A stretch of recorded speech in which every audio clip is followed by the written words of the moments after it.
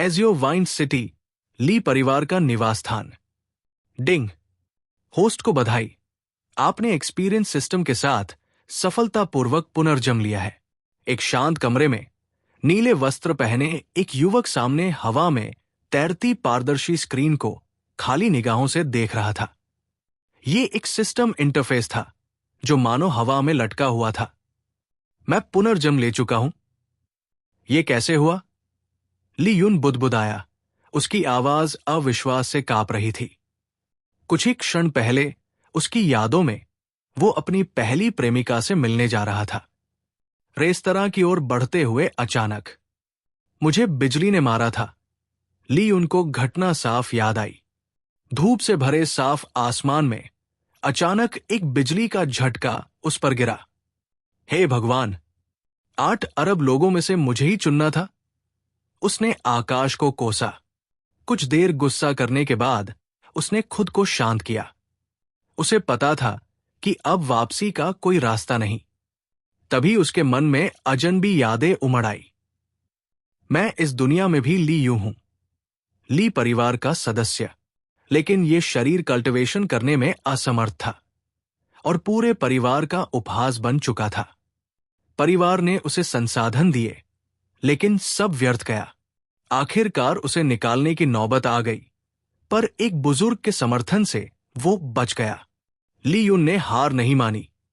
उसने अल्केमी का रास्ता चुना और मेहनत से जूनियर फार्मासिस्ट बना। लेकिन उसकी छोटी सफलता भी परिवार के प्रतिभाशाली लोगों को खटक गई। एक ने उसे धोखे से घायल कर दिया और उसी चोट से उसकी मृत्यु हुई। अब नई ली यून की आत्मा इस शरीर में प्रवेश कर चुकी थी। तुमने आखिरी दम तक हार नहीं मानी। मैं भी नहीं मानूंगा। तुम्हारा नाम ऊंचा करूंगा। ली यून ने आत्मा से वादा किया। वो पहले ही एक जूनियर फार्मासिस्ट बन चुका था, लेकिन उसकी सबसे बड़ी बाधा थी उसका शरीर बिना किसी तत्वीय गुण के पैदा हुआ था। इस कारण वो कल्टीवेशन नहीं कर सकता था। फिर भी उसने अल्केमी में मेहनत की और परिवार में अपनी जगह बनाने की कोशिश की। अगर वो सीनियर फार्मासिस्ट बन जाता तो उसका दर्जा बदल जाता, लेकिन ये लगभग असंभव सपना था। उसने अपनी सारी संपत्ति औषधियों पर खर्च कर दी। अब उसके पास केवल कुछ सोने के सिक्के बचे थे। तभी दरवाजे पर कदमों की आहट हुई। दरवाजा खुला और ग्रे वस्त्र पहने एक बुजुर्ग अंदर आए। तीसरे दादा, ली यून ने मुस्कुराते हुए कहा। ये थे ली झेन, परिवार के 9 बुजुर्गों में से एक और उसका सगा दादा। फिर से औषधि बना रहे हो? ली झेन ने पूछा। कमरे में जड़ी बूटियों की महक फैली हुई थी। ली यून ने आह भरते हुए कहा, हाँ, मज्जा शुद्धिकरण औषधि फिर असफल हो गई। ये औषधि सीनियर स्तर की थी। अगर सफल होती तो वो सीनियर फार्मासिस्ट बन जाता। ली झेन ने उसे दिलासा दिया।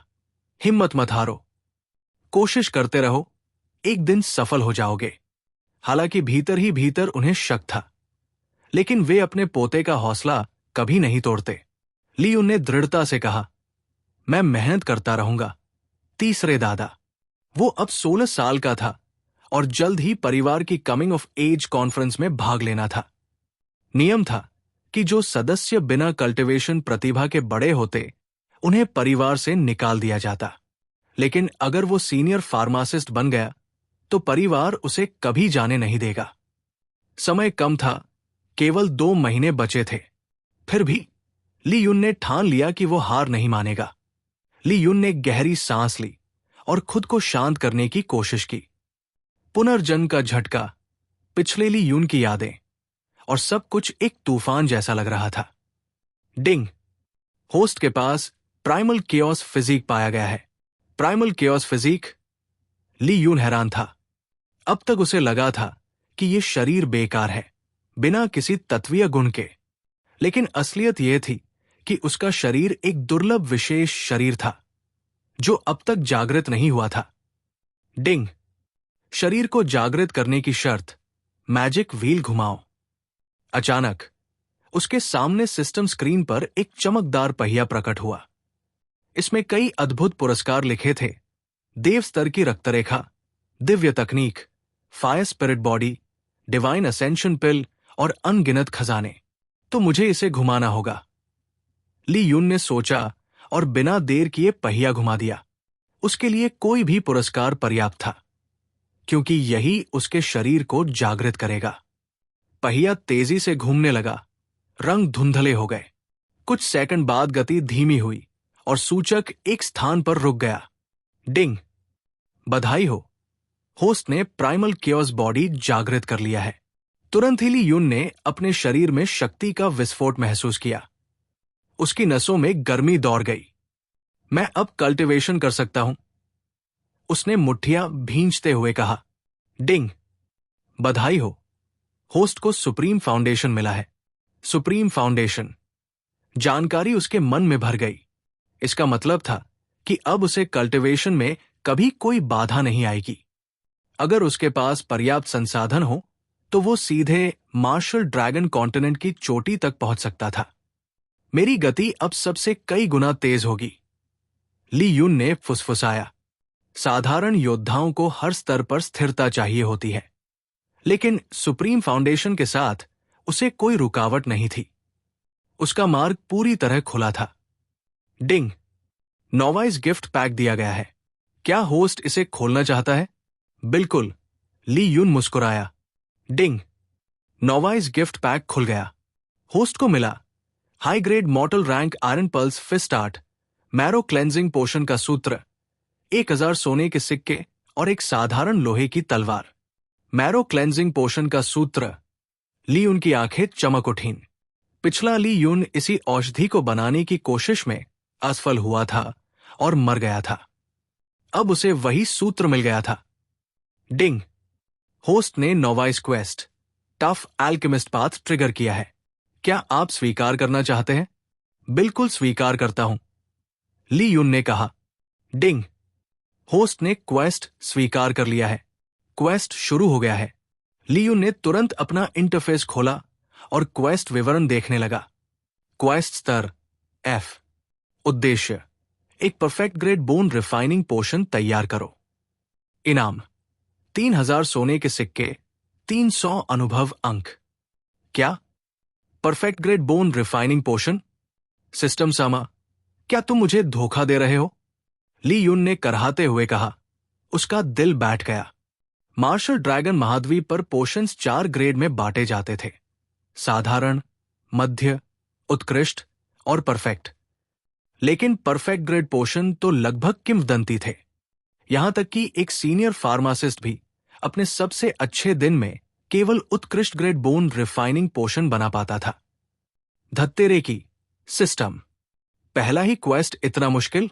मैंने तो अभी तक एक इंटरमीडिएट ग्रेड पोशन भी सफलतापूर्वक नहीं बनाया।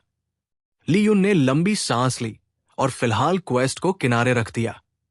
अभी मैं बोन रिफाइनिंग रियल्म के शुरुआती चरण में हूं। पहले मुझे अपनी कल्टीवेशन सुधारनी चाहिए। पिछले ली यून की यादों से उसे पता था कि असफलता का बड़ा कारण था कल्टीवेशन की कमी। इसलिए उसने सबसे पहले इसे ठीक करने का निश्चय किया। ली यून ने अपने द्वारा बनाए गए साधारण ग्रेड बोन रिफाइनिंग पोशन की बोतल निकाली और बिना झिझक पी लिया। तुरंत ही उसके शरीर में आग जैसी गर्मी दौड़ गई। हड्डियों में गहरी पीड़ा उठी, मानो अदृश्य छेनी उसकी हड्डियों को तराश रही हो। उसने करहाते हुए सांस छोड़ी। पसीना उसके माथे पर बह निकला, लेकिन ली यून डटा रहा। उसने मुट्ठियां भींची और लोहे जैसी दृढ़ता से खड़ा हो गया। फिर उसने दाहिना हाथ आगे बढ़ाकर जोरदार मुक्का मारा। वूश, हवा उसके घूंसे से चीर गई। ये था आयरन पल्स फिस्ट आर्ट का हैमर पल्स स्ट्राइक।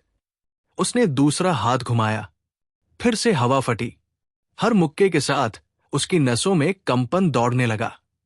यह केवल शारीरिक बल नहीं था, बल्कि आयरन पल्स फिस्ट आर्ट की लय थी, जो औषधि की शक्ति को उसकी हड्डियों में और गहराई तक पहुंचा रही थी। पीड़ा बढ़ती गई, उसकी हड्डियां चरमराने लगी, लेकिन औषधि का सार उसकी मज्जा में समा रहा था। काफी नहीं, उसकी आवाज भारी और थकी हुई थी। उसने एक और बोतल निकाली और पी गया। फिर से गर्मी और पीड़ा का तूफान उठा। ली युन ने गरजते हुए फिर से मुक्के बरसाने शुरू कर दिए। धड़ाम, धड़ाम, धड़ाम। हर वार के साथ अदृश्य झटके बाहर फैलते गए। उसके शरीर के भीतर दरारें भरने लगी और हड्डियां और मजबूत होती गई। घंटों बीत गए। ली युन लगातार मुक्के मारता रहा, पसीने से भीगा, थका हुआ, लेकिन उसकी आंखों में दृढ़ संकल्प जल रहा था। सूरज ढलते समय तक उसकी हड्डियां इस्पात जैसी कठोर हो चुकी थी। आयरन पल्स फिस्ट आर्ट ने न केवल औषधि को परिष्कृत किया, बल्कि उसकी हड्डियों को हथियार बना दिया। फिर से उसने बुदबुदाया और एक और बोतल उठाई। वो लगातार पोषण पीता रहा और मुक्के बरसाता रहा। शरीर थक गया, लेकिन उसकी आत्मा अडिग रही। आखिरकार जब रात हो गई, उसने रुकते हुए कहा, मेरे सारे साधारण ग्रेड पोषण खत्म हो गए, लेकिन मैं बोन रिफाइनिंग रियल्म के शिखर तक पहुंच गया हूं। और ये आयरन पल्स फिस्ट आर्ट अद्भुत है।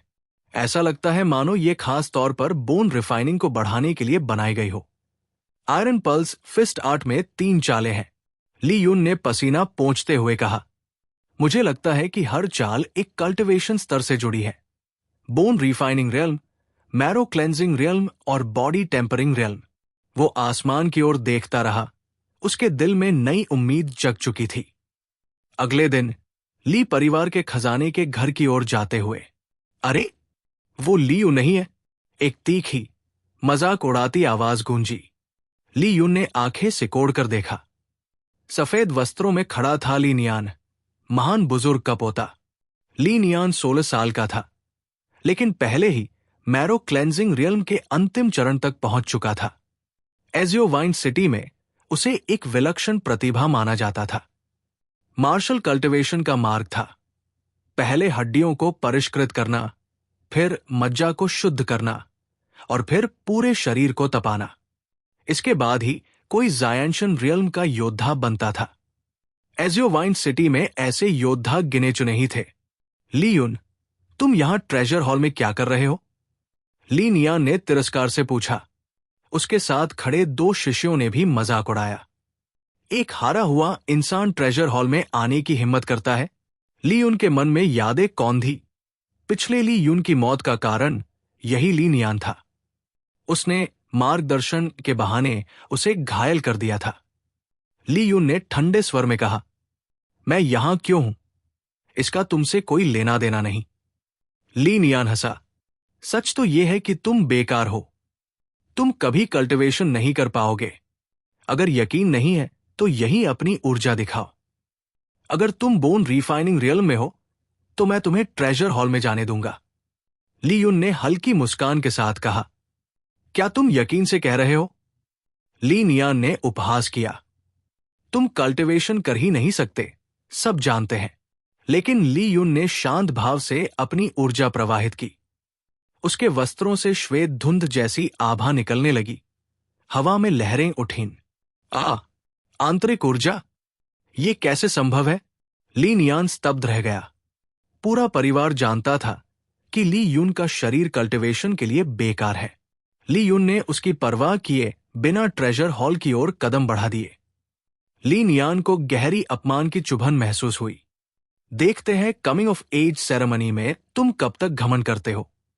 ली नियान ने मन ही मन कहा। उसकी आंखों में ठंडी चमक थी।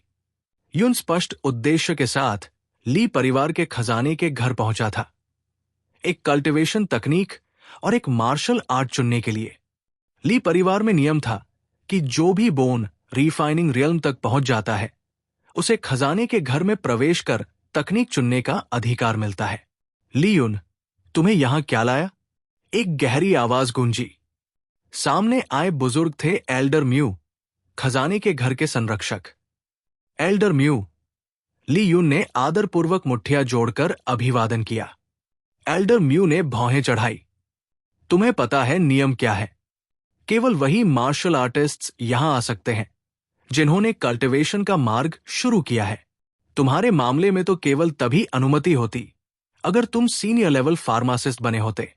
ली युन ने शांत स्वर में कहा, मैं नियम समझता हूं, एल्डर म्यू। फिर उसने अपनी आंतरिक ऊर्जा प्रवाहित की। तुरंत ही शक्तिशाली लहरें उसके शरीर से बाहर फैल गई। बोन रिफाइनिंग रियल्म का शिखर चरण एल्डर म्यू की आंखें फैल गई। फिर वे हंस पड़े। मुझे पता था, एक प्रतिभाशाली का बेटा कभी कचरा नहीं हो सकता। जाओ, तुम एक कल्टीवेशन तकनीक और एक मार्शल आर्ट चुन सकते हो।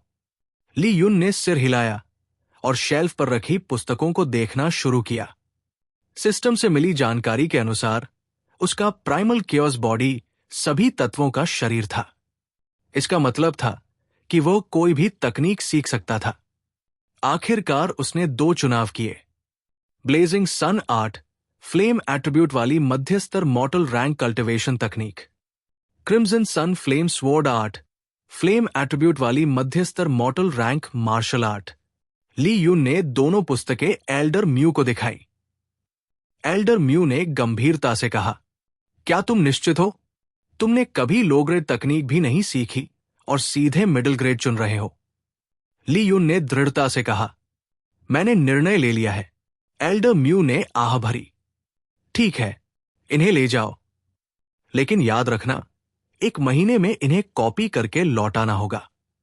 ली युन ने झुककर धन्यवाद दिया और खजाने के घर से बाहर निकल गया। अपने कमरे में बैठकर ली युन ने ब्लेजिंग सन आर्ट का अभ्यास शुरू किया। 6 घंटे तक उसने ध्यान लगाया और जब आंखें खोली तो चौथे स्तर तक पहुंच चुका था। मैं चौथे स्तर तक पहुंच गया हूं, लेकिन यह प्रक्रिया बहुत धीमी लग रही है। उसने सोचा, एजियोवाइन सिटी में अगर कोई सुन लेता तो हैरान रह जाता। मध्यस्तर मॉर्टल रैंक तकनीक को 6 घंटे में चौथे स्तर तक पहुंचना असाधारण था। मार्शल ड्रैगन महाद्वीप पर तकनीकें मॉर्टल, प्रोफाउंड, अर्थ और हेवन रैंक में बांटी जाती थी। हर रैंक में लो, मिडिल, हाई और टॉप ग्रेड होते थे। मॉर्टल रैंक तकनीक में 9 स्तर होते थे। ली युन ने महसूस किया कि उसका प्राइमल केओस बॉडी उसे स्वाभाविक रूप से तकनीक से जोड़ रहा था। इससे उसकी गति कई गुना तेज हो रही थी। उसने कहा, status player Li Yu, cultivation bone refining realm का शिखर चरण, physique primal chaos body, spirit soul natural, comprehension natural. Li Yun ने देखा कि स्पिरिट सोल और कंप्रिहेंशन दोनों नेचुरल थे। फिर एक नई विंडो खुली। कंप्रिहेंशन लेवल अप के लिए आवश्यक अनुभव 100, शर्त रेड स्पिरिट सोल, अपग्रेड 1 सेंटिया। मैं अपने स्टैट्स को अपग्रेड कर सकता हूं? ली युन हैरान रह गया।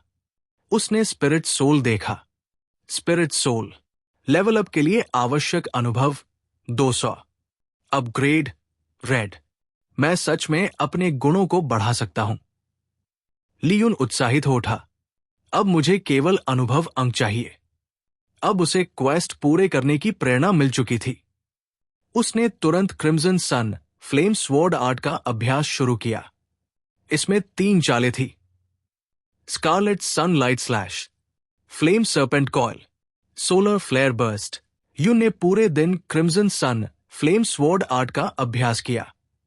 मैंने इसे प्रोफिशिएंट स्तर तक पहुंचा दिया है, उसने पसीना पोंछते हुए कहा।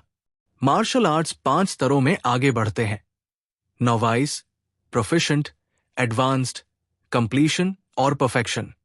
कहा जाता है कि परफेक्शन से भी आगे एक स्तर होता है, ट्रू मीनिंग, जहां योद्धा अपनी तकनीक की असीम शक्ति को उजागर कर सकता है। डिंग, होस्ट ने नया क्वेस्ट ट्रिगर किया, गुड बॉय मार्शल पाथ, स्वीकार करें। ली युन ने क्वेस्ट पेज खोला। क्वेस्ट स्तर F, उद्देश्य crimson sun flame sword art को ट्रू मीनिंग स्तर तक पहुंचाना। इनाम 5000 सोने के सिक्के, 300 अनुभव अंक, स्वॉर्ड इंटेंट सीखने का संकेत। ट्रू मीनिंग स्तर, क्या यह परफेक्शन से भी आगे है? ली युन हैरान था, लेकिन उसकी आंखों में दृढ़ संकल्प जल रहा था। मैं कमिंग ऑफ एज सेरेमनी से पहले इसे परफेक्शन तक और पहुंचाऊंगा। अब समय है कुछ औषधियां परिष्कृत करने का, ली युन ने कहा। 1 घंटे बाद उसने अपनी पहली साधारण ग्रेड बोन रिफाइनिंग पोशन तैयार की। हां, आंतरिक ऊर्जा का उपयोग करने से प्रक्रिया बहुत तेज हो गई। पहले आधा दिन लगता था, अब कुछ ही मिनटों में तैयार हो गई। उसने बोतल को सावधानी से रखा और कहा, अब एक इंटरमीडिएट ग्रेड पोशन आजमाते हैं। 1 घंटे बाद उसने देखा कि उसके हाथ में इंटरमीडिएट ग्रेड बोन रिफाइनिंग पोशन थी। मैंने कर दिखाया। पहली बार सफल हुआ। वो खुशी से झूम उठा। उसने लगातार प्रयास जारी रखे। दूसरी, तीसरी, चौथी, लगातार 45 इंटरमीडिएट ग्रेड पोशंस सफलतापूर्वक तैयार की। यह सफलता दर किसी भी साधारण फार्मासिस्ट को पागल कर देती। आखिरकार उसने एक एक्सीलेंट ग्रेड बोन रिफाइनिंग पोशन भी तैयार कर ली। आखिरकार, एक उत्कृष्ट औषधि, उसने पसीने से भीगे चेहरे के साथ कहा। उसने बार बार प्रयास किया। कभी इंटरमीडिएट बना, कभी एक्सीलेंट, लेकिन अंततः उसने 7 एक्सीलेंट ग्रेड पोशंस तैयार कर लिए। अब उसके पास था 10 ordinary grade potions, 45 intermediate grade potions, 7 excellent grade potions. ये अविश्वसनीय है, ली यून ने कहा। यह सब मेरे ऑल एट्रीब्यूट इंटरनल एनर्जी की शक्ति है। अगले दिन ली यून एजियो वाइन सिटी के ट्रेजर पवेलियन पहुंचा। यह दुर्लभ संसाधनों की खरीद फरोख्त का प्रमुख केंद्र था। खरीद काउंटर पर एक कर्मचारी ने मुस्कुराकर उसका स्वागत किया। यंग मास्टर ली यून, क्या आप फिर से औषधि बेचने आए हैं? हां, ली यून ने सहजता से सिर हिलाया। मेरे पास बोन रिफाइनिंग पोशंस है, लेकिन मैं जानना चाहता हूं, इस बोतल की कीमत कितनी होगी? उसने एक चीनी मिट्टी की बोतल काउंटर पर रखी। कर्मचारी ने ढक्कन खोला और तुरंत चौंक गया। खुशबू से ही साफ था कि यह साधारण पोशन नहीं है। ये एक्सीलेंट ग्रेड बोन रिफाइनिंग पोशन है, कर्मचारी ने गंभीरता से पूछा। ली यून ने शांत स्वर में कहा, हां, यह उत्कृष्ट स्तर का पोशन है। तो इसकी कीमत कितनी होगी? कर्मचारी ने जवाब दिया, हम इसे 120 सोने के सिक्कों में खरीदेंगे। ली यून ने सिर हिलाया। उसे पता था कि निजी बिक्री में अधिक दाम मिल सकते हैं, लेकिन पवेलियन में बेचना तेज और सुविधाजनक था। उसने पूछा, अगर मैं 5 से अधिक बोतलें बेचूं तो कीमत बढ़ेगी? कर्मचारी चौंक गया। क्या आपके पास 5 से अधिक उत्कृष्ट पोशन है? हां, मेरे पास 7 बोतलें हैं, ली यून ने सहजता से कहा। कर्मचारी उत्साहित हो उठा। तो हम 130 सोने के सिक्के प्रति बोतल देंगे, ली यून ने तुरंत कहा। ठीक है, सब बेच दो। उसने 7 excellent grade potions, 10 ordinary grade और 45 इंटरमीडिएट ग्रेड पोशंस काउंटर पर रख दिए। कर्मचारी ने जांच की और सब सही पाया। कुल मिलाकर 5000 सोने के सिक्के। उसने भारी थैली ली यून को सौंप दी। ली यून ने सूची निकालकर कहा, अब मैं इन सामग्रियों के सेट खरीदना चाहता हूं। कर्मचारी ने जल्दी से तैयारी की और एक सुंदर स्टोरेज रिंग उसे दिया। कृपया इसे स्वीकार करें, यह हमारी साझेदारी की शुरुआत है। ली यून मुस्कुराया। व्यापार करना सुखद रहा। ट्रेजर पवेलियन की पहली मंजिल पर भीड़ थी। वहां martial arts manuals, pills, herbs और खजाने बिक रहे थे। एक कोने में शक्ति मापने का स्तंभ था। ली यून ने देखा कि युवा योद्धा मुक्के मारकर अपनी ताकत जांच रहे थे। वो आगे बढ़ा और पूरा बल लगाकर मुक्का मारा। धड़ाम! स्तंभ पर संख्या चमकी, 1200 जिन। ली यून हैरान रह गया। बोन रिफाइनिंग रियल्म के शिखर पर सामान्य योद्धा 500600 जिन तक पहुंचते थे, प्रतिभाशाली 700 जिन तक। केवल महान प्रतिभाएं ही 1000 जिन से ऊपर जाती थी। मेरी ताकत इतनी अधिक कैसे? उसने सोचा। क्या ये आयरन पल्स फिस्ट आर्ट की वजह से है? उसने संतोष से मुस्कुराते हुए ट्रेजर पवेलियन छोड़ दिया। ट्रेजर पवेलियन की तीसरी मंजिल पर एक आलीशान कमरे में डायरेक्टर, एक कर्मचारी सावधानी से कमरे में दाखिल हुआ और सामने बैठी महिला को झुककर प्रणाम किया। क्या बात है? महिला ने शांत लेकिन अधिकारपूर्ण स्वर में पूछा। वो थी लान युएली, ट्रेजर पवेलियन की प्रबंधक। लैवेंडर रंग की बहती हुई पोशाक में सजी वो सुंदरता और गरिमा की प्रतिमूर्ति लग रही थी। हालांकि दिखने में 20 की उम्र की लगती थी, लेकिन उसके व्यक्तित्व में अनुभवी नेतृत्व की परिपक्वता झलकती थी। एजियो वाइन सिटी में लान युएली एक प्रसिद्ध नाम था। यहां तक कि ली परिवार का मुखिया भी उससे मिलने पर सम्मान दिखाता था। उसकी बुद्धिमत्ता और राजनीतिक समझ ने ट्रेजर पवेलियन को ऊंचाइयों पर पहुंचाया था। कर्मचारी ने कहा, डायरेक्टर, खरीद काउंटर पर 7 excellent grade bone refining potions आए हैं। उसने बोतलें मेज पर रख दी। ओह! लान युएली की आंखों में रुचि चमकी। उसने एक बोतल खोली और तुरंत पहचान लिया कि यह वास्तव में उत्कृष्ट स्तर का पोषण है। ऐसे पोषण केवल वरिष्ठ फार्मासिस्ट ही बना सकते थे। इसलिए नियम था कि हर उत्कृष्ट पोषण की रिपोर्ट सीधे लान युएली को दी जाए। ये किसने बेचे? उसने तीखी नजर से पूछा। कर्मचारी ने उत्तर दिया, ली परिवार का ली युन। वो अभी चला गया। मैंने उसे पहचाना। ली युन? लान युएली ने भौहें चढ़ाई। ली परिवार में केवल 3 वरिष्ठ फार्मासिस्ट हैं और ली युन उनमें से नहीं है। कर्मचारी ने समझाया, वो तीसरे बुजुर्ग ली झेन का पोता है। उसका शरीर बिना तत्वीय गुणों का है, इसलिए कल्टीवेशन नहीं कर सकता। वो केवल जूनियर फार्मासिस्ट है। पहले वो यहां साधारण पोषण के लिए सामग्री खरीदता था। मुझे नहीं पता कि अचानक इतने उत्कृष्ट पोषण कैसे ले आया। वही ली युन, लान युएली ने सोचा। लेकिन उसने इतने उत्कृष्ट पोषण कैसे पाए? वरिष्ठ फार्मासिस्ट कभी ऐसे पोषण किसी जूनियर को बेचने नहीं देते। उसका तेज दिमाग कई संभावनाओं पर गया, लेकिन ये कल्पना भी नहीं कर सकी कि ये पोषण ली युन ने खुद बनाए हैं। आखिरकार उसने कहा, फिलहाल तुम जा सकते हो। अगर ली युन अगली बार और उच्च स्तर के पोषण लाए तो मुझे तुरंत बताना। मैं उससे खुद मिलना चाहती हूं। जी, डायरेक्टर। कर्मचारी ने झुककर प्रणाम किया और कमरे से बाहर चला गया। ली युन ली परिवार की हवेली की ओर लौट रहा था। उसके मन में योजनाएं घूम रही थी। पहले मैं परफेक्ट ग्रेड बोन रिफाइनिंग पोषण क्वेस्ट पूरा करूंगा, फिर अपने स्टैट्स को अपग्रेड करूंगा। तभी एक तीखी आवाज गूंजी, ली युन, वहीं रुक जाओ। ये आवाज थी झाओली की। वो 4-5 गुंडों के साथ आया और ली युन को घेर लिया। ली युन ने शांत मुस्कान के साथ कहा, अरे मेरे पुराने दोस्त, यहां कैसे? उसे याद था कि पिछली बार उसने झाओ ली को धोखा देकर 1000 सोने के सिक्के ठग लिए थे। झाओ ली गर्जा, तुमने मुझे घटिया पोषण बेचकर लूट लिया। क्या सोचा था मैं चुप रहूंगा? ली युन ने हल्की हंसी के साथ कहा, तो अब क्या करने वाले हो? झाओ ली ने तिरस्कार से कहा, सोने के सिक्के दो, सिर झुकाकर मुझे 3 बार ग्रैंडपा कहो तो छोड़ दूंगा, वरना तुम्हें मार डालूंगा। ये गली सुनसान है, कोई सबूत नहीं मिलेगा।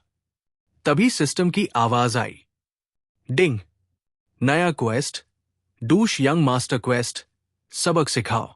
उद्देश्य, झाओ ली को सबक सिखाना। इनाम 1000 सोने के सिक्के, 100 अनुभव अंक, बोल्डर क्रशिंग फेस्ट। ली युन मुस्कुराया, तो इस बार धोखा नहीं, सीधे सबक सिखाना है। उसने झाओ ली और उसके 4 गुंडों को देखा और कहा, 4 दुबले कुत्ते साथ लाए हो? झाओ ली गर्जा, उसे सबक सिखाओ। चारों गुंडे दौड़ पड़े। ली युन ने हल्का सा मुक्का मारा। धड़ाम, आंतरिक ऊर्जा की लहर निकली और चारों हवा में उछलकर जमीन पर गिर पड़े। झाओ ली स्तब्ध रह गया। ली युन के पास आंतरिक शक्ति है। ली युन उसकी ओर बढ़ा। अब तुम्हारी बारी है, दुबले कुत्ते। झाओ ली ने देर से ही सही हमला किया, लेकिन उसकी चाल में कोई तकनीक नहीं थी।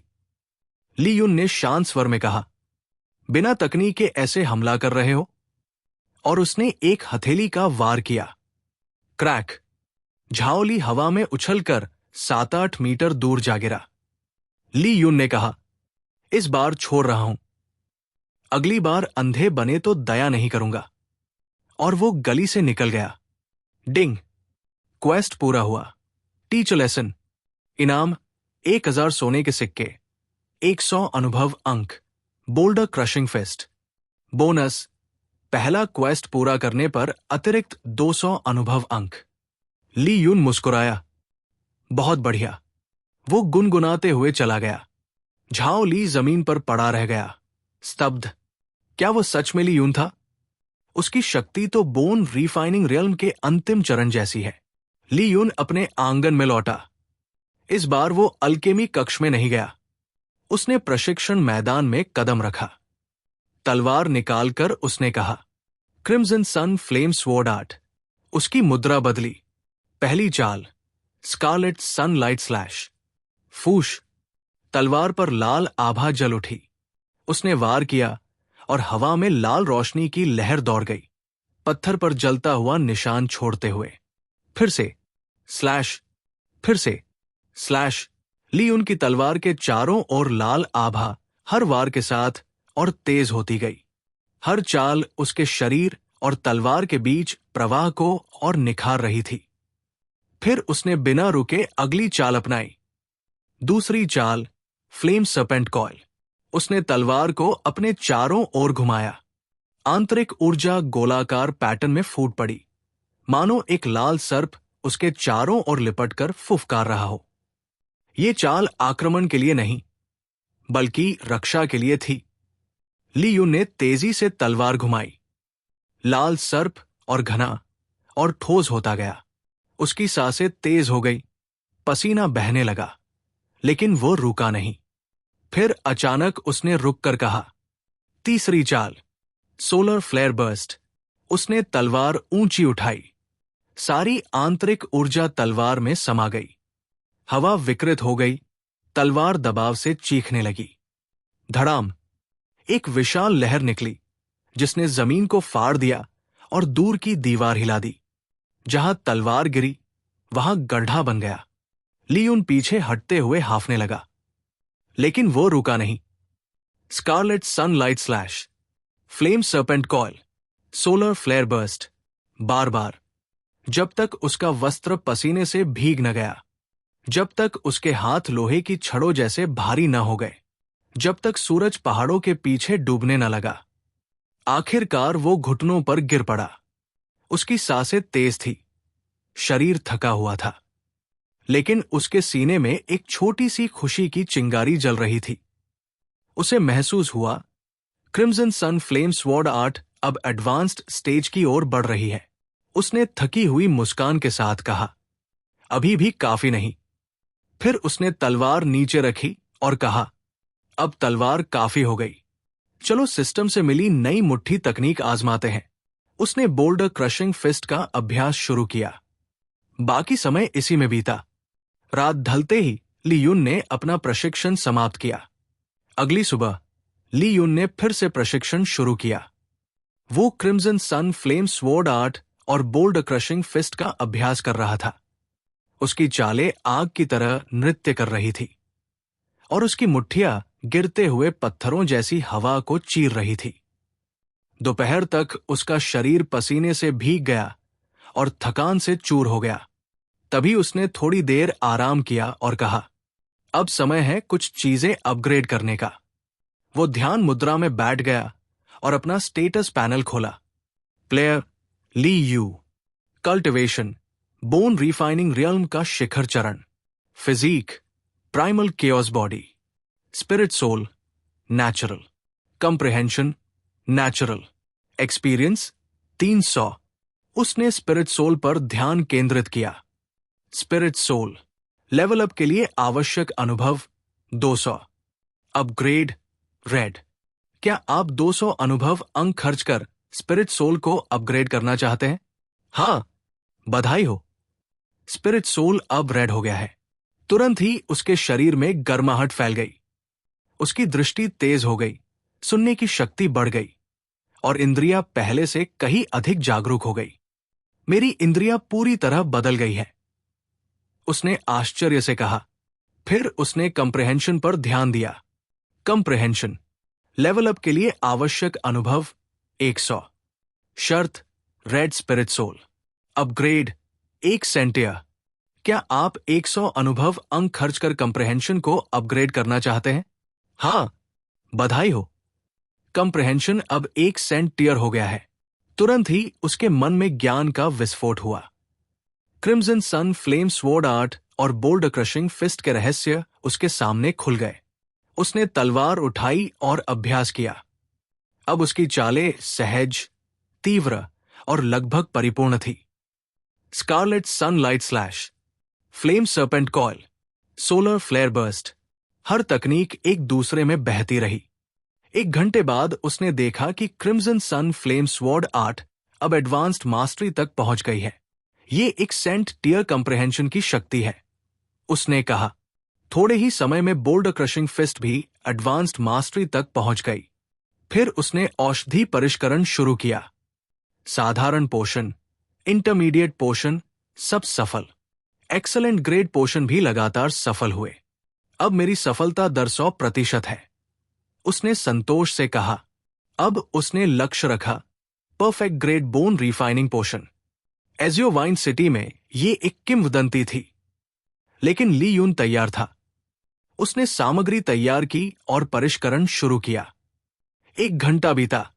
पफ्ट, धुआं उठा, असफलता। फिर से उसने बार बार कोशिश की, हर बार असफलता। दिन बीतते गए। 1 सप्ताह, 2 सप्ताह, पूरा महीना, हर दिन वही क्रम। तलवार, मुठ्ठियां, परिष्करण, पसीना, असफलता, नींद। लेकिन धीरे धीरे उसकी तकनीक परिपूर्ण होती गई। तलवार और मुट्ठी कला परफेक्शन स्टेज तक पहुंच गई। उसकी आग पर नियंत्रण स्थिर हो गया। और फिर मैंने सच में कर दिखाया। उसने देखा कि पोषण चमक रहा था। यह परफेक्ट ग्रेड बोन रिफाइनिंग पोषण था। बधाई हो, आपने टफ एल्केमिस्ट पाथ का पहला क्वेस्ट पूरा किया। इनाम 3000 सोने के सिक्के और 300 अनुभव अंक। नया quest, tough alchemist path noob challenge. उद्देश्य, परफेक्ट ग्रेड मैरो क्लेंजिंग पोषण तैयार करना। इनाम 5000 सोने के सिक्के, 500 अनुभव अंक, बॉडी टेम्परिंग पिल का सूत्र। ली यून ने कहा, अगला कदम है परफेक्ट ग्रेड मैरो क्लेंजिंग पोषण। उसने ठुड्डी पर हाथ रखकर सोचा और फिर कहा, लेकिन अभी ध्यान केंद्रित करना है। और वो फिर से परिष्करण में जुट गया। ली यून ने गहरी सांस लेकर ध्यान केंद्रित किया और फिर से परिष्करण शुरू किया। कुछ ही देर में उसका दूसरा परफेक्ट ग्रेड बोन रिफाइनिंग पोषण तैयार हो गया। फिर तीसरा, फिर चौथा। लगातार आत्मविश्वास और गति से प्रेरित होकर उसने बिना रुके परिष्करण जारी रखा। जब तक सारी सामग्री खत्म नहीं हुई, वो रुका नहीं। कुल मिलाकर 20 perfect grade bone refining potions. उसने बोतलों को गिनते हुए कहा, यह संख्या बहुत बड़ी नहीं थी, लेकिन इतनी कठिन औषधि को बार बार सफलतापूर्वक बनाना उसके लिए संतोषजनक था। अब देखते हैं इसका असर कैसा है। उसने एक बोतल खोली और पूरा पी गया। तुरंत ही उसके शरीर में ऊर्जा का तूफान फूट पड़ा। हड्डियों के भीतर आंतरिक शक्ति बेकाबू हो गई। धत, उसने दांत भींचे और तुरंत हैमर पल्स स्ट्राइक का अभ्यास शुरू किया। उसकी मुट्ठियां हवा को चीरती रहीं। औषधि की शक्ति उसकी हड्डियों को तोड़कर फिर से गढ़ रही थी। पीड़ा असनीय थी, लेकिन ली यून ने सहा। 1 घंटे तक लगातार वार करने के बाद उसका शरीर थककर रुक गया। वो पसीने से भीगा था, सांसें तेज थी, लेकिन चेहरे पर चौड़ी मुस्कान थी। उसने कर दिखाया। वो अब मैरो क्लेंजिंग रियल्म के शुरुआती चरण में कर चुका था। हा, शानदार, ली यून ने दृढ़ नजर से कहा। ली नियान, मैं तुम्हें कमिंग ऑफ एज सेरेमनी में देखूंगा। अब केवल 1 महीना बचा था और इस बार वो तैयार था। पिछला ली यून ली नियान की चोट से मरा था, लेकिन इस बार ली यून सुनिश्चित करेगा कि ली नियान सबक सीखे। अब बदला कोई इच्छा नहीं था, यह पिछले ली यून से किया गया वादा था। अगली सुबह जैसे ही ली यून अपने आंगन से बाहर निकला और ट्रेजर पवेलियन जाने का इरादा किया, पीछे से आवाज आई, यंग मास्टर यून। उसने मुड़कर देखा। ये उसकी परिचित दासी थी, शियाओ वू। शियाओ वू, क्या बात है? उसने पूछा। शियाओ वू ने झुककर प्रणाम किया और एक छोटी थैली आगे बढ़ाई। मिस याओ ने यह भेजा है, इसमें आपके लिए 1000 सोने के सिक्के हैं। ली आओ। ली यून के होठों पर हल्की मुस्कान आई। उसे याद आया वो छोटी लड़की जो बचपन में उसकी परछाई की तरह हर जगह उसके साथ रहती थी। लेकिन जब पता चला कि ली यून कल्टीवेशन नहीं कर सकता, तो बुजुर्गों ने ली याओ को उससे मिलने से मना कर दिया। पुराना ली यून टूट गया था, लेकिन ली याओ अलग थी। वो खुद एक प्रतिभा थी। मैरो क्लेंजिंग रियल्म के अंतिम चरण तक पहुंच चुकी थी। फिर भी उसने गुप्त रूप से उसकी मदद की। जब ली यून साधारण पोशन बनाने में भी असफल होता था, तब उसने शियाओ वू के जरिए उसे सोने के सिक्के भेजे। उसे मेरा धन्यवाद कहना। ली यून ने थैली स्वीकार करते हुए कहा। शियाओ वू ने झुककर प्रणाम किया और चली गई। ली यून कुछ पल मुस्कुराता रहा और फिर ट्रेजर पवेलियन की ओर बढ़ गया। ट्रेजर पवेलियन, दूसरी मंजिल, एक्विजिशन काउंटर। मैं फिर से आया हूं, ली यून ने मुस्कुराते हुए कहा। कर्मचारी ने तुरंत पहचान लिया और आदरपूर्वक अभिवादन किया। यंग मास्टर ली यून। पिछली बार उसने 7 excellent grade bone refining potions बेचे थे। इससे उसकी प्रतिष्ठा बढ़ गई थी। मैं और पोशन बेचने आया हूं, ली यून ने कहा। कर्मचारी ने उत्सुकता से पूछा, क्या आज भी आपके पास उत्कृष्ट पोशन है? ली यून ने सिर हिलाया।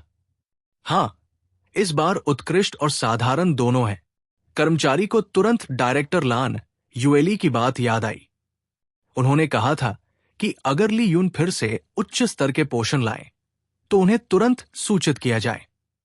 यंग मास्टर ली, अगर आप चाहे तो हमारी डायरेक्टर आपसे मिलना चाहेंगी। ली यून ने थोड़ी देर सोचा और फिर सिर हिलाया। ठीक है।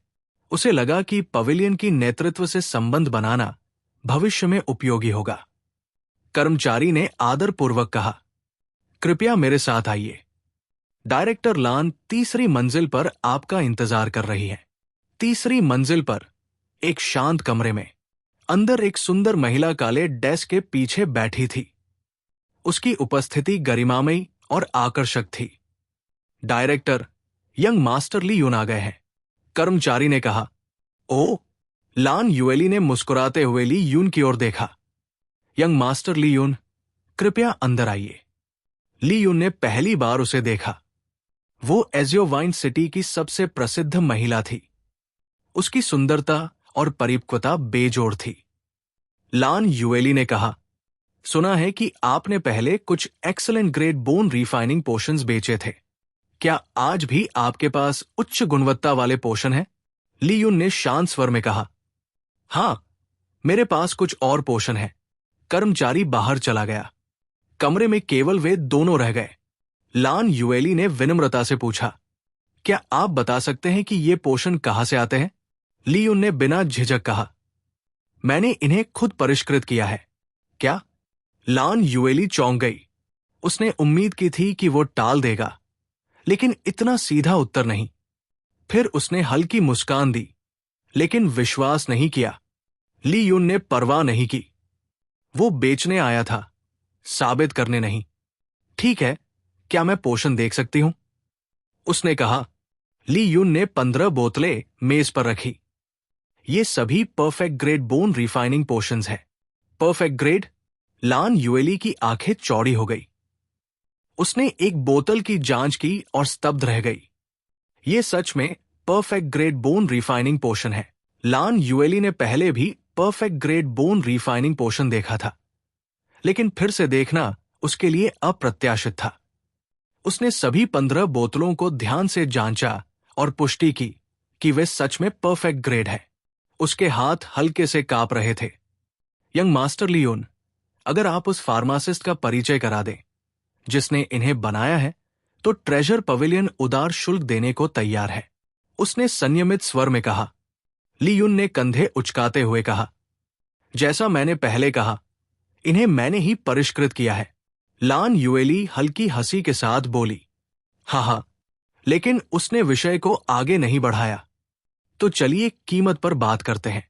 एक्सेलेंट ग्रेड पोशन हमने 130 सोने के सिक्कों में खरीदे थे। इनके लिए 300 प्रति बोतल देंगे। कुल 4500। लेकिन अगर आप अभी सौदा पक्का करते हैं तो मैं 5,000 सोने के सिक्के दे सकती हूं। मैं स्वीकार करता हूं, ली यून ने शांत स्वर में कहा, लेकिन भीतर से वो प्रसन्न था। यूं ही उसने 5,000 सोने के सिक्के कमा लिए। कुछ ही देर में लान युएली ने उसे सुंदर पैकेज में सिक्कों की थैली दी। धन्यवाद, डायरेक्टर लान, ली यून ने कहा। लान युएली ने एक सफेद जेड टोकन निकालकर उसे दिया। यह ट्रेजर पवेलियन का वीआईपी टोकन है। इसके साथ आप तीसरी मंजिल पर स्वतंत्र रूप से जा सकते हैं। ली यून ने टोकन स्वीकार किया। बहुत आभार। फिर वो नीचे उतरा और 5,000 सोने के सिक्कों से 300 सेट मैरो क्लेंजिंग पोशन की सामग्री खरीद ली और चुपचाप ट्रेजर पवेलियन से निकल गया। ली परिवार की हवेली में लौटकर ली यून फिर से अपने आंगन में एकांतवास में चला गया। कमिंग ऑफ एज सेरेमनी अब केवल एक महीने दूर थी। उसे अपने समक्षों से डर नहीं था, लेकिन कल्टीवेशन में अंतर अभी भी बड़ा था। मेरे पास 2 विकल्प है, ली यून ने सोचा। या तो मैं परफेक्ट ग्रेड मैरो क्लेंजिंग पोशन तैयार करूं और उससे अपनी शक्ति बढ़ाऊं, या साधारण और इंटरमीडिएट ग्रेड पोशन लेकर मैरो क्लेंजिंग रियल्म के मध्य या अंतिम चरण तक पहुंच जाओ। उसने फायदे नुकसान पर विचार किया। सुप्रीम फाउंडेशन होने के कारण उसे आधार को नुकसान पहुंचने की चिंता नहीं थी, लेकिन उसे विश्वास था कि परफेक्ट ग्रेड पोशन से करने पर उसकी शक्ति दूसरों से कहीं अधिक होगी। आखिरकार उसने निर्णय लिया। वो इंतजार करेगा। वो perfect grade marrow cleansing potions तैयार करेगा और फिर उनका उपयोग करेगा। जल्दबाजी केवल औसत दर्जे की राह होगी, और वो औसत दर्जा नहीं चाहता था। इसके बाद उसने फिर से कठोर प्रशिक्षण शुरू किया।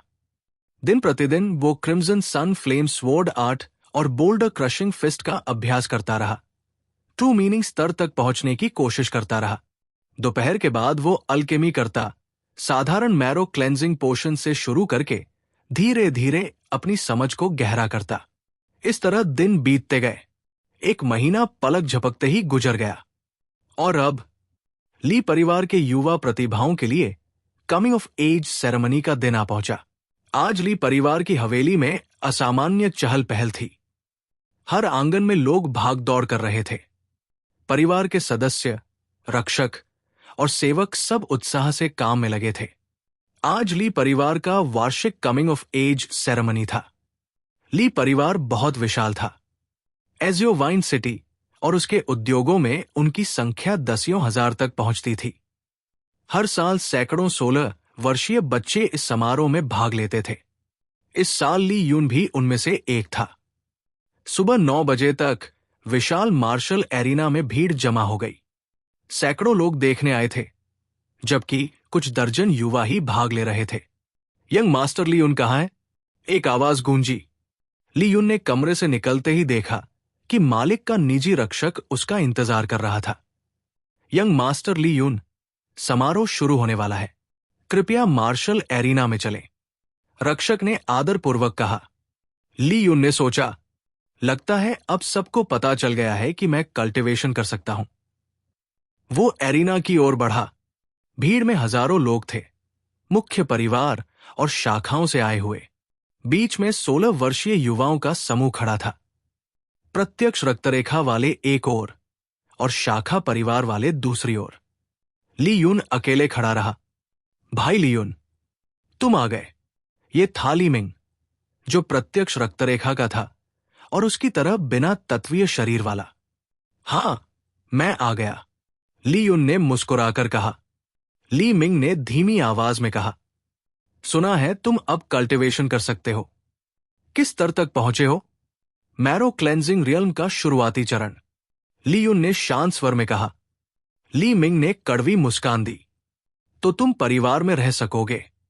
मुझे तो समारोह के बाद वाटर पॉन्ड टाउन भेज दिया जाएगा।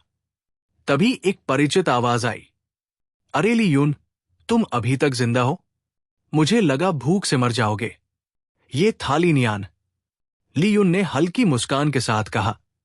खाने पीने का ध्यान रख रहा हूं। तुम्हारी चिंता के लिए धन्यवाद। भीड़ में उसकी नजर ली याओ पर पड़ी। वो उसे देख रही थी। लेकिन तुरंत नजरें फेर ली। ली नियान ने कहा, देखते हैं समारोह में तुम्हारा घमंड कैसे टूटता है। ली युन ने शांत स्वर में कहा, मुझे लगता है तुम निराश हो जाओगे। घमंडी मत बनो। मैं मैरो क्लेंजिंग रियल्म के अंतिम चरण में हूं। ली नियान गरजा। ली युन शांत रहा। उसकी चुप्पी ने ली नियान को और क्रोधित कर दिया। तभी एरिना में हलचल हुई। मुख्य मंच पर ली परिवार के मुखिया ली जिन्युन और 5 बुजुर्ग आए। उनके साथ थे प्रथम, तृतीय, पंचम, अष्टम और नवम बुजुर्ग। मुखिया ने कहा, मैं इस साल का कमिंग ऑफ एज सेरेमनी शुरू करने की घोषणा करता हूं। आज से हमारी नई पीढ़ी वयस्कता में कदम रखेगी। फिर उन्होंने नवम बुजुर्ग ली योंगफांग को आगे बुलाया।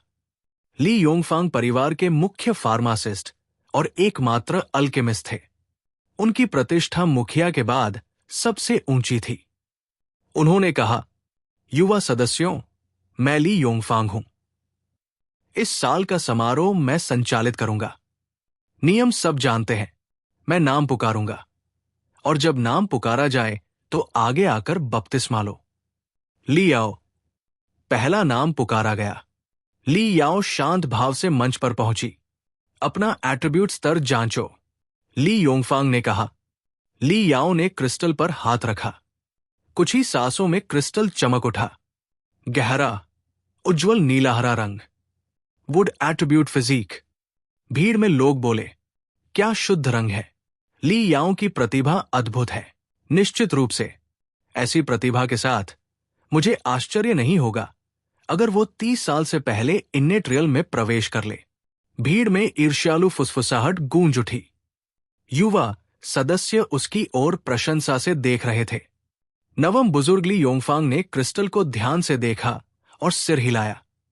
चौथे ग्रेड का एट्रीब्यूट। उसकी आवाज कठोर थी, लेकिन संतोष स्पष्ट था। परिवार के मुखिया और ली याओ के पिता ली जिन्युन की आंखों में गर्व झलक रहा था। उनकी बेटी की प्रतिभा असाधारण थी। एजियो वाइन सिटी में चौथे ग्रेड का एट्रीब्यूट फिजिक बहुत दुर्लभ था। ऐसी प्रतिभा वाला बच्चा भविष्य में निश्चित रूप से जायांशन रियल्म तक पहुंच सकता था। 5वां ग्रेड तो किंवदंती था, जो पिछले 100 वर्षों में कभी नहीं देखा गया। उससे नीचे तीसरा, दूसरा और पहला ग्रेड होता है, जिसमें पहला सबसे सामान्य है। ली याओ ने शांत भाव से हाथ हटाया। उसके चेहरे पर न गर्व था, न उत्साह। ली याओ, तुमने मार्शल कल्टिवेशन में कौन सा स्तर प्राप्त किया है? ली योंगफांग ने पूछा। मैरो क्लेंजिंग रियल्म का अंतिम चरण। ली याओ ने आदरपूर्वक उत्तर दिया। बहुत अच्छा। उन्होंने सिर हिलाया। आज से तुम ली परिवार की वयस्क सदस्य हो। यह तुम्हारा उपहार है। 3 बोतलें मैरो क्लेंजिंग पोशन और 2000 सोने के सिक्के। आशा है तुम और ऊंचाइयों तक पहुंचोगी। उन्होंने उसे एक पैकेट दिया। भीड़ में हलचल हुई। 3 मैरो क्लेंजिंग पोशन सुनकर सब हैरान रह गए। ये अमूल्य खजाने थे। 2000 सोने के सिक्के तो बस अतिरिक्त इनाम थे। धन्यवाद, बुजुर्ग। ली याओ ने झुककर कहा और उपहार स्वीकार किया। ली परिवार में हर बच्चे को वयस्कता समारोह के बाद संसाधन दिए जाते थे। जितनी अधिक प्रतिभा, उतना बड़ा इनाम। यह स्पष्ट संदेश था। उत्कृष्टता को हमेशा पुरस्कृत किया जाएगा। अब किनारे खड़ी हो जाओ, ली योंगफांग ने कहा। ली याओ मंच से उतरकर शांत भाव से किनारे खड़ी हो गई। ली बिन, अपना एट्रीब्यूट जांचो, बुजुर्ग ने पुकारा। एक गोलमटो लड़का मंच पर आया और क्रिस्टल पर हाथ रखा। कुछ ही क्षणों में गहरा लाल प्रकाश फैल गया। ली बिन, तीसरे ग्रेड का फायर एट्रीब्यूट। बुरा नहीं, ली योंगफांग ने कहा। एक एक करके बच्चे मंच पर आते रहे। क्रमबद्ध और सटीक प्रक्रिया चलती रही। ली नियान पहले ही परीक्षण कर चुका था। उसका परिणाम था तीसरे ग्रेड का मेटल एट्रीब्यूट, अपने स्तर में शीर्ष पर। हालांकि चौथे ग्रेड तक नहीं पहुंचा, लेकिन अंतर बहुत कम था। उसका भविष्य उज्जवल था। जायंशन रियल्म तक पहुंचने की संभावना थी। धीरे धीरे सभी प्रतिभाशाली बच्चों का परीक्षण पूरा हुआ। अब बारी थी उन लोगों की जिन्हें बिना एट्रीब्यूट माना जाता था, जैसे ली यून। ली यून सबसे अंत में खड़ा था। उसका चेहरा शांत था। वो जानता था कि सब उसे साधारण समझते हैं, लेकिन उसे कोई जल्दी नहीं थी। सच खुद सामने आएगा। ली मिंग, आगे आओ, ली योंगफांग ने पुकारा। ली मिंग ने कड़वी मुस्कान के साथ कहा, भाई ली यून, अब मेरी बारी है। ली यून ने सिर हिलाया। ली मिंग मंच पर गया। ली योंगफांग ने कहा, आज से तुम वयस्क हो, लेकिन कल्टीवेशन प्रतिभा न होने के कारण तुम मुख्य हवेली में नहीं रह सकते। परिवार तुम्हें थोड़ी राशि देगा। मेहनत से शायद कहीं जगह बना सको। भीड़ के सामने उसे निर्वासित किया जा रहा था। ली मिंग ने सिर झुकाए रखा। ली योंगफांग ने उसे 100 सोने के सिक्के दिए। कल तुम क्लेवुड टाउन जाओगे। ली मिंग चुपचाप किनारे चला गया। फिर नाम पुकारे गए जिनमें प्रतिभा नहीं थी। उन्हें परिवार के विभिन्न उद्योगों में भेजा गया। तभी ली यून, आगे आओ। भीड़ में सन्नाटा छा गया। सबकी नजरें उस पर टिक गई। ली यून मंच पर पहुंचा। 1 महीने पहले अफवाह थी कि वो मैरो क्लेंजिंग रियल में कर चुका है। आज उसकी आभा ने सबको सच दिखा दिया। उसने क्रिस्टल पर हाथ रखा। गर्म लाल प्रकाश फैल गया। ली यून, 3रे ग्रेड का फायर एट्रीब्यूट फिजिक। ली योंगफांग ने घोषणा की। भीड़ में हलचल हुई। ये कैसे संभव है? इसे तो बिना एट्रीब्यूट माना जाता था। ली यून शांत रहा। उसके मन में मुस्कान थी। 3रा ग्रेड। अगर इन्हें असली सच पता होता, क्योंकि उसका शरीर था प्राइमल केओस बॉडी, सभी एट्रीब्यूट्स का। ली यून, तुम्हारा कल्टीवेशन स्तर क्या है? ली योंगफांग ने पूछा। मैरो क्लेंजिंग रियल्म का शुरुआती चरण। ली यून ने उत्तर दिया। अच्छा। ली योंगफांग ने उसे उपहार दिया। ली यून ने झुककर कहा, धन्यवाद नवम बुजुर्ग। भीड़ स्तब्ध रह गई। समारोह पूरा हुआ, लेकिन असली उत्साह अब शुरू होने वाला था। परंपरा थी कि समारोह के बाद युवा एक दूसरे को चुनौती देते थे। ली यून, क्या तुम मुझसे लड़ने की हिम्मत रखते हो? तीखी आवाज गूंजी। ये था ली नियान। उसकी आंखों में ईर्ष्या और तिरस्कार जल रहा था। ली यून ने शांत स्वर में कहा, क्यों नहीं? भीड़ में हलचल हुई। तभी 3रे बुजुर्ग ली झेन, ली यून के दादा, आगे आए। ली यून, तुमने पहले ही अपनी योग्यता साबित कर दी है। अब जरूरत नहीं है। लेकिन ली यून मुस्कुराया। 3रे बुजुर्ग, मैं शुरुआती चरण में हूं, लेकिन ली नियान मुझे चोट नहीं पहुंचा सकता। और अगर मैं आज पीछे हटूं, तो ये मेरे पिता की विरासत का अपमान होगा। मुखिया ली जिन्यून ने कहा, ठीक है, तुम दोनों लड़ो, लेकिन ध्यान रहे, ये परिवार की स्पर्धा है। गंभीर चोट नहीं होनी चाहिए। दोनों मंच पर आमने सामने खड़े हो गए। भीड़ पीछे हट गई। बुजुर्ग पास ही रहे। ली नियान ने उपहास से कहा, ली यून, बेहतर होगा कि तुम पहले ही हार मान लो। अगर चोट लगी तो मेरी गलती नहीं होगी। ली यून ने मुस्कुराकर कहा, ली नियान, तुम्हें इसका पछतावा होगा। पछतावा? जरूर। ली नियान ने उपहास किया। उसकी आंखों में द्वेष चमक रहा था। वो दृढ़ था कि ली यून को पछताना पड़ेगा। तभी गहरी आवाज गूंजी, दोनों मंच पर आओ। मैं इस मुकाबले की देखरेख करूंगा। ये था नवम बुजुर्ग ली योंगफांग। ली यून और ली नियान मंच पर पहुंचे। ली नियान मन ही मन झल्लाया।